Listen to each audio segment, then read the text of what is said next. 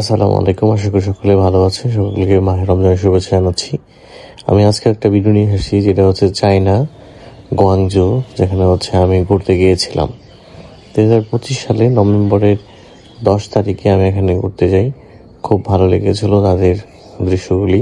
এবং চায়নাটা কি জানেন, আতিথ্যতা অনেক সুন্দর। ওরা হচ্ছে যে কোনো বিদেশি বলতে আমরা বাংলাদেশি, আমাদেরকে অনেক সম্মান এবং যথেষ্ট পরিমাণে এক্সপেক্ট করে তারা, সেটা আসলে বলা বাহুল্য।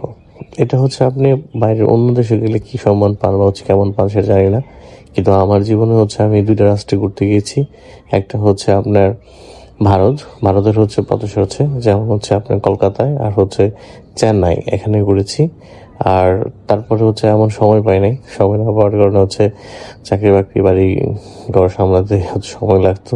এরপরে আবার 2025 সালে বের হলাম, অর্থাৎ 2017 সালে একবার ঘুরতে গিয়েছিলাম, আর 2025 সালে চায়না থেকে ঘুরে আসলাম। জানি না আবার কদিন পরে কোথায় যাব, কিন্তু এর জন্য হচ্ছে স্বপ্ন দেখতে হয়, আর স্বপ্নটাকে অবশ্যই লালন করতে হয়। টাকা থাকলে কি সব হয়? সব হয় না।